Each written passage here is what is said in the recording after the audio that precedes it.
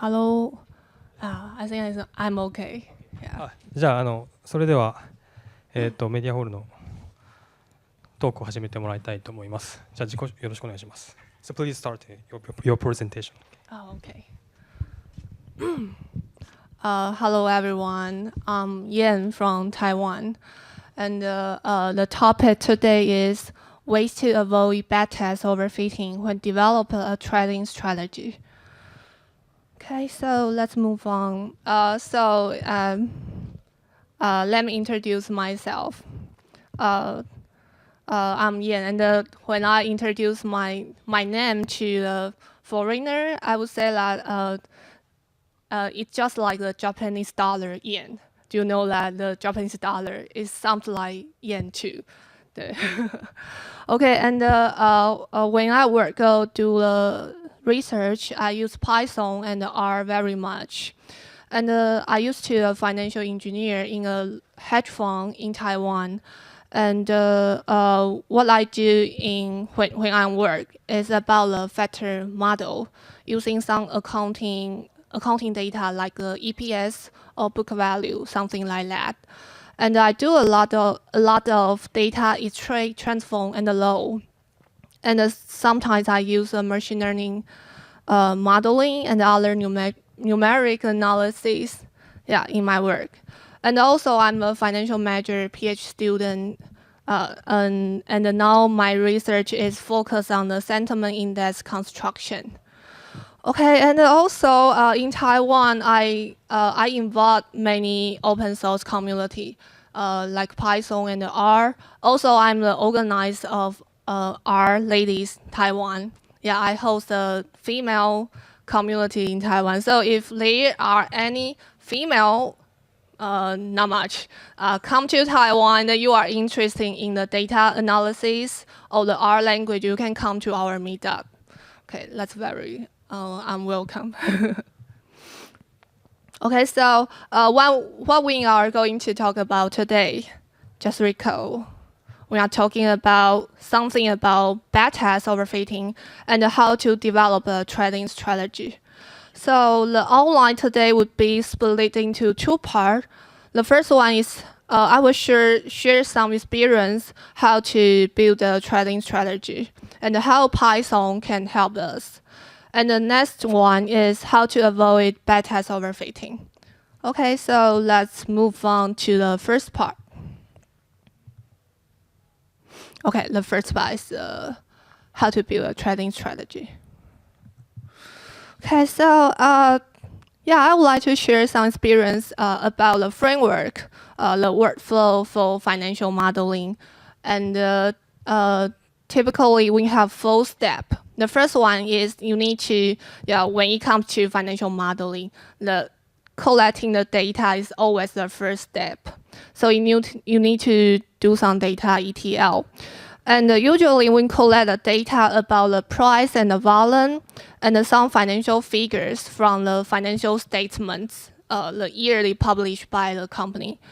And maybe some test data from like Wall Street Journal or the Twitter or other social media is also possible. And the stage 2 would be the modeling. Here, we will use some statistic model or some machine learning model to help us develop a strategy. And the next one is backtest. When you build your trading model, you need to test the performance by history data. Yeah, that's backtest. And after you think you will find the best strategy in the world, you need to prepare for the execution before you put the real money in the market. Like the brokerage and the accounting system. And also the risk management system is also very important. Okay, so let's look into more detail, and I will show you how Python can help us. Okay, the first one is data. Okay, the question is where to get the data. there are two kinds of data we can use. The first one is the open source data, like the Yahoo Finance or the Google Finance. It's free and open, so it's okay for you to write the web crawler to collect the data from the website. That's okay. And the other source is from the commercial database like Bloomberg or Reuters. But for this kind of data, you need to pay for the data. Okay. Okay. So I would like to show you some useful Python package to retrieve the data from the Yahoo Finance. That is the pandas. Yeah, so it's very simple. Just import pandas.io.data, and here's the method called data reader. Then you put the stock here. Yeah, for example, the Toyota or the SoftBank. Here I put is the 2330.tw. This is a Taiwan semiconductor company. Yeah, it's ticker. And then you specify the data source from the Yahoo. Then you get the Taiwan semiconductor open, high, low, close price, and its volume. Yeah, it's very simple and convenient. Yeah, it seems pretty good. You can make money from the free open source data. However, you need to be careful to the survival bias.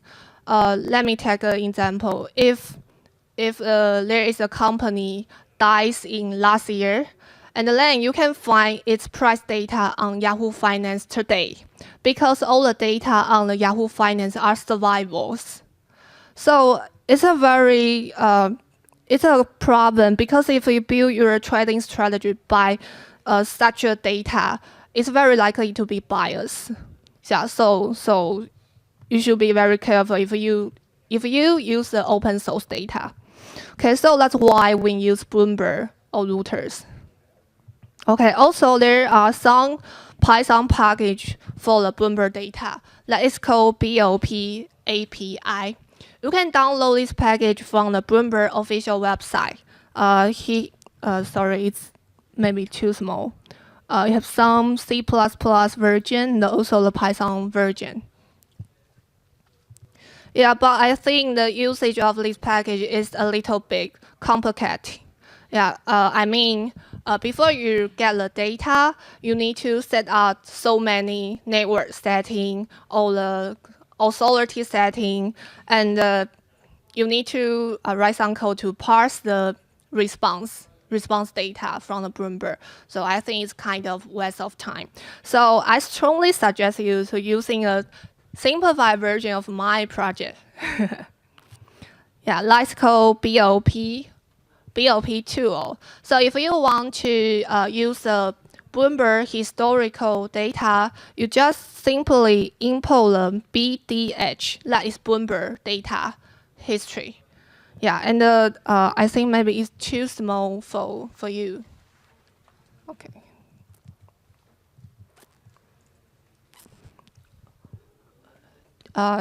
Just import the BDH, and then you specify the stock you want and the field you want, for example, the price and the volume, and then you will get the clean dictionary data back. So I think it's very convenient when you do some data analysis research.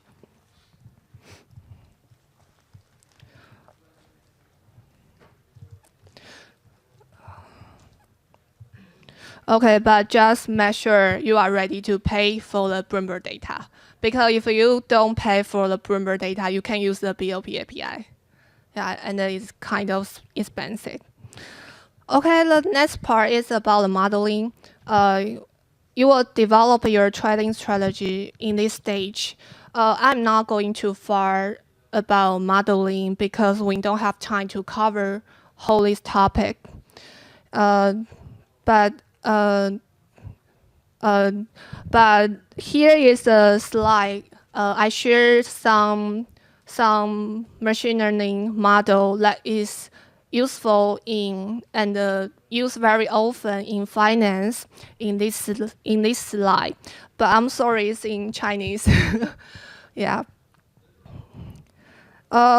Okay. Although some algorithm or model can help you develop your trading strategy, but I have to say, the financial sense and the economy intuition is the key in the modeling. So the machine learning model or other statistic is just a tool.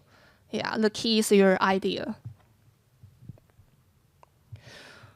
Okay, and also show you some useful package if you want to do the modeling yourself.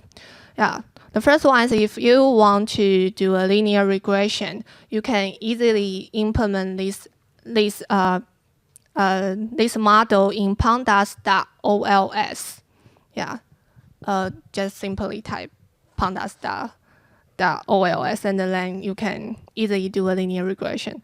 And you can do a PCA and the other classify or cluster model in the scikit-learn. I think you will know that. And also you can build a time series model like auto regression or the gauge arch, some financial model in the states model. Yeah, and here is some the edge cluster is also useful to do the cluster. Okay, next part is a backtest. This is related to our topic today. Yeah, for me, the backtest in finance is just like test-driven development in CS. Yeah, for me. So whenever you build a trading strategy, you need to make sure this strategy is in a good quality. So you need to do a backtest. Okay, so the most important question I want to know in this stage is, how do you know your strategy will survive? To answer this question, we just simplify test the strategy by the real history data. Yes. Okay. So if your strategy can perform well in the past, in the history, then maybe I should say like this. If your strategy cannot perform well in the past, how can you believe it will be survive in the future? So this is why we do the backtest.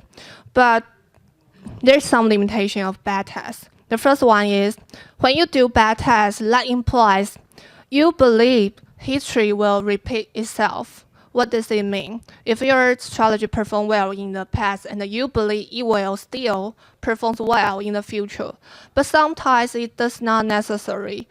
For example, in the 2007, who knows the financial disaster will come in the 2008? No one can know it because it doesn't show in the history. Yeah, so in this kind of period, the backtest would not bias.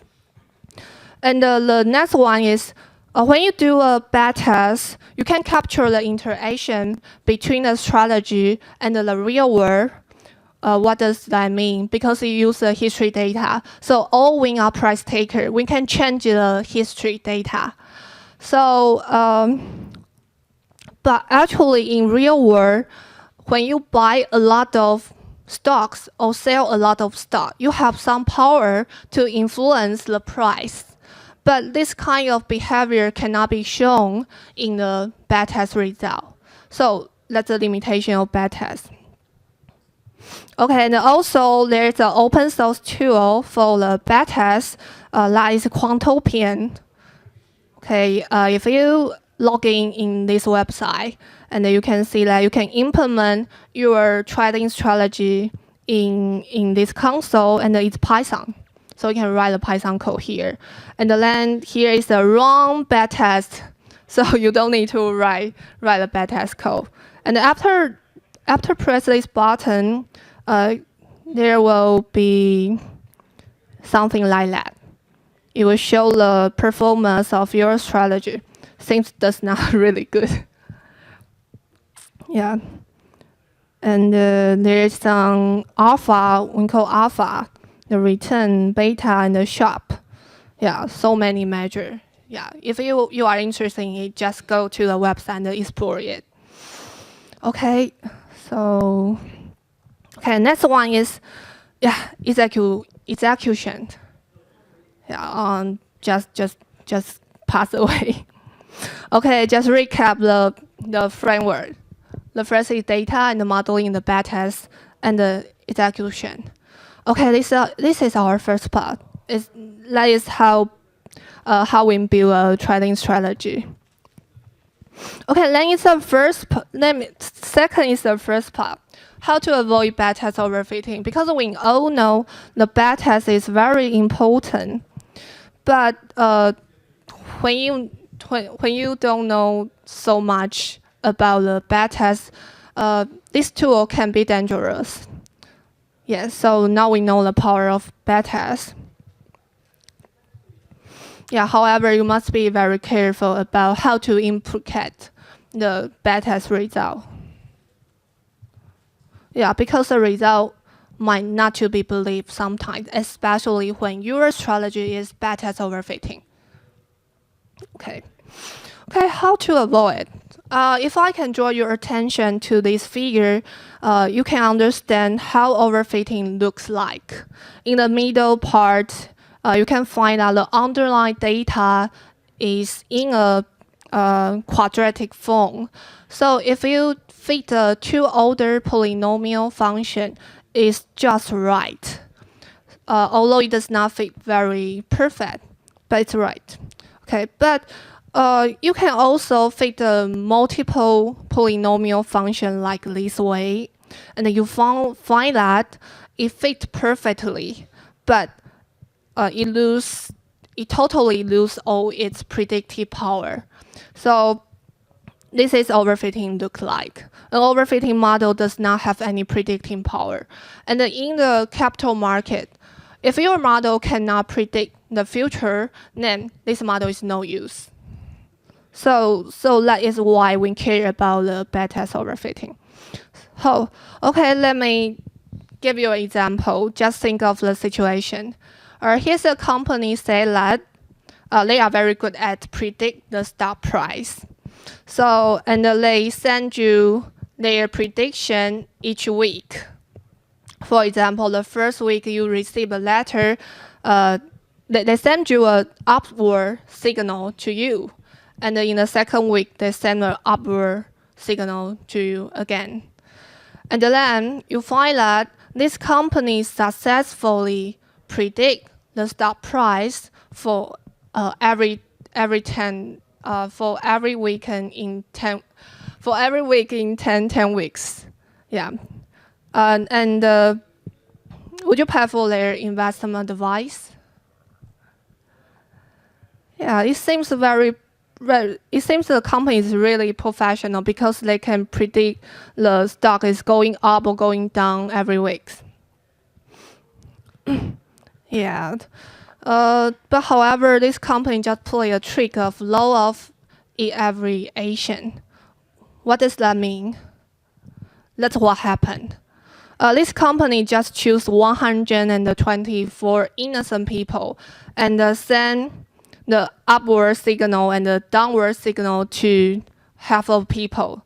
So after 1 week, you will know half of people think your company is very good at predict the stock price. And then in the second week, you send the upward and the downward signal to these groups. And after another one, there are 255% think, oh, you are really professional. And after 10 weeks, you will find that there must be a person thinks your company is very professional because you successfully predict the stock price trend for 10 weeks. Yeah. It perfect fit the real market, but this kind of model does not have any predictive power, for the next period. So this is a kind of like backtest overfitting. As long as you run backtest so many times, you can reach a good result. Okay, so let's move on. How can we detect the backtest overfitting? Okay, here's some very basic one. The first one, you need to choose your sample. The sample you choose should be representative. And then you make sure you check the parameters robustness. And number 3 is a very typical approach, that is hold down method.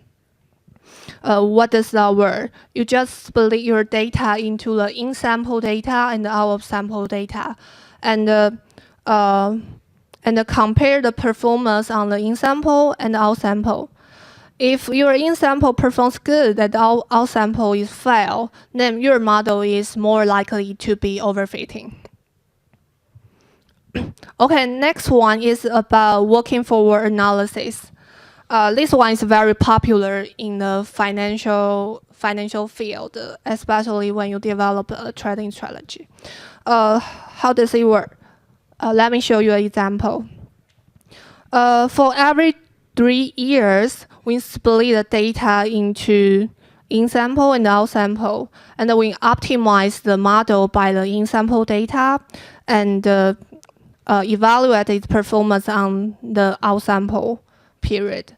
And then when rolling on, and keep doing the same thing. So after that, you will get so many out-of-sample results, and then you combine all the results to be your out-sample performance. Yeah, and then you can do the same thing, compare the in-sample and out-sample performance, and then you will find out whether your model is overfitting or not. Okay, and the last one I would like to introduce to you is we can estimate the probability of backtest overfitting. How does that mean? Okay, if I want to ask a question, is my strategy overfitting? Then if someone could tell me, okay, your strategy, for your strategy, the probability of overfitting is 55%. That would be very useful for me. But how could we estimate this kind of probability? Okay, here is a talk in the R Finance Chicago 2014, and there is a topic called the probability of backtest overfitting. And the idea is originally from a paper, and we cite the paper here. Okay, and in this paper, it defines a very simple and intuition way to estimate the probability of backtest overfitting. Okay, actually, there is a lot of mathematical, but I just show you the intuition idea. Okay, now we can start with define what is backtest overfitting. Okay, if your strategy is not backtest overfitting, then the outcome will be like this. The in-sample is good and the out-sample is good. And if you find that the in-sample is good and the out-sample fail, then your model is more likely to be backtest overfitting. That's the core idea in the paper. And then we can move on to define the probability of backtest overfitting. Just to count the frequency of backtest overfitting, we just define just now. Okay, for example, if you test 10 times on the data and then we get one backtest overfitting, then the probability is 10%. Okay, very simple. But wait a minute, we only have one data, which means we can only test for once. So how can we test for 10 times? Okay, so in this paper, we just recall the cross-validation. We can replicate so many new data sets and redo the same thing. Okay, in the paper, they implement a combinational symmetric cross-validation. It's like a cross-validation. Yeah, cross-validation is like it's shown on this figure. You just keep something as your in-sample and test in the out-sample and change your order. Yeah, you do the cross-validation. Okay, and then what does CSCV do? Let's split data evenly and combine the data slice in a different order to generate a new data set.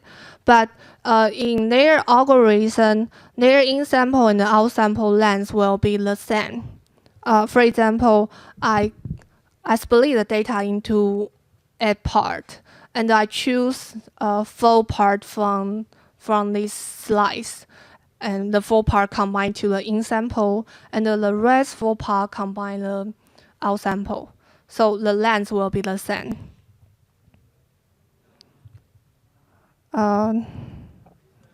Okay, and then the final part is we will go into 5 minutes. Thank you.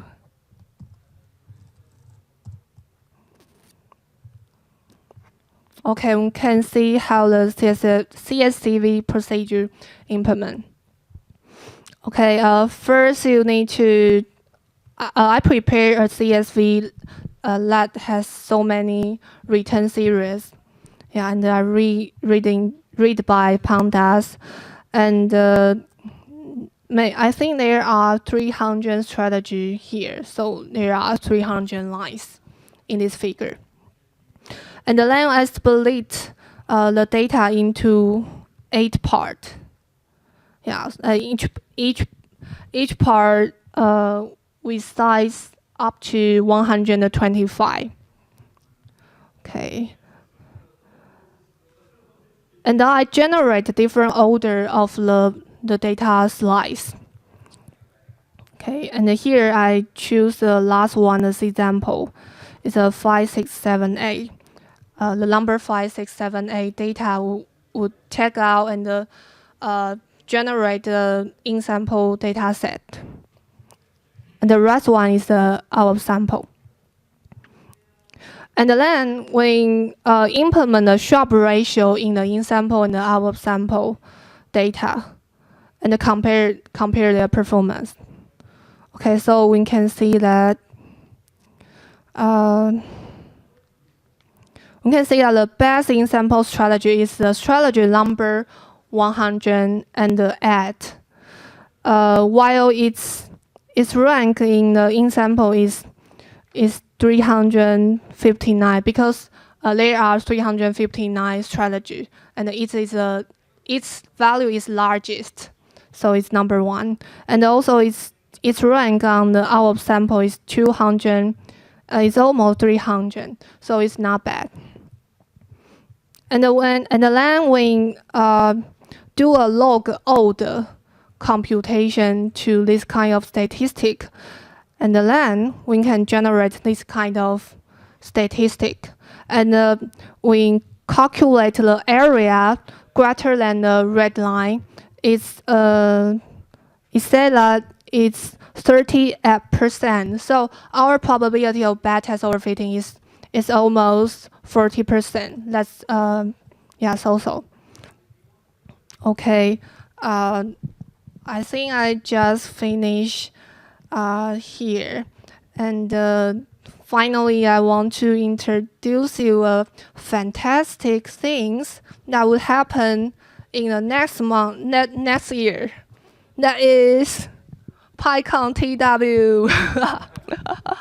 Okay, the PyCon TW 216 will be held in the next June. So if you are interested, or if you want to travel to Taiwan, just come to PyCon. Okay, see you in PyCon. Okay, thank you.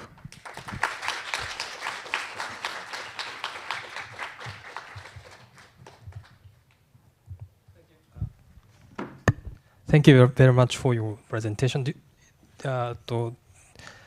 can accept one question if you have any question. Okay.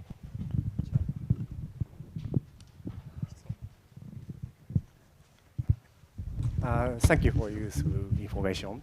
I'd like to know about the beginning part of this slide.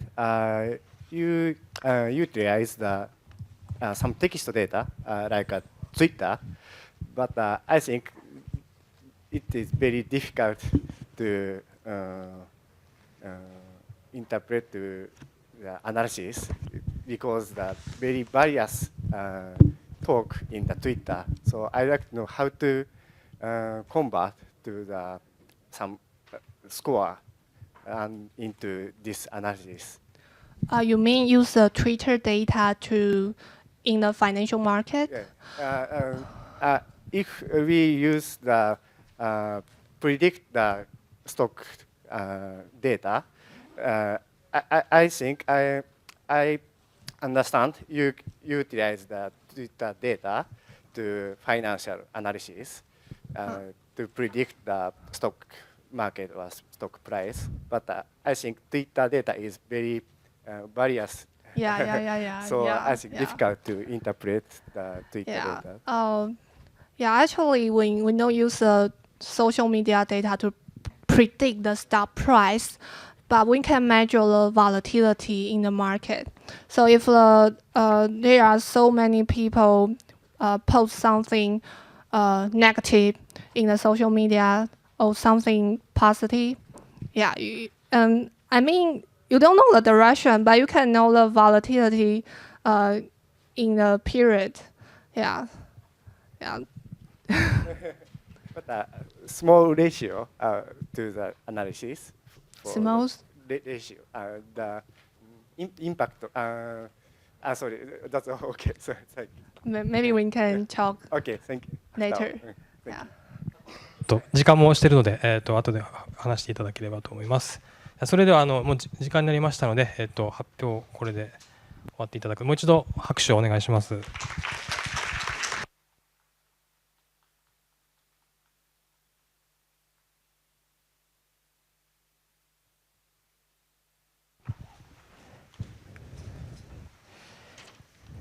5分ぐらい他のところが押しているので、スタート5分押しで、始めます。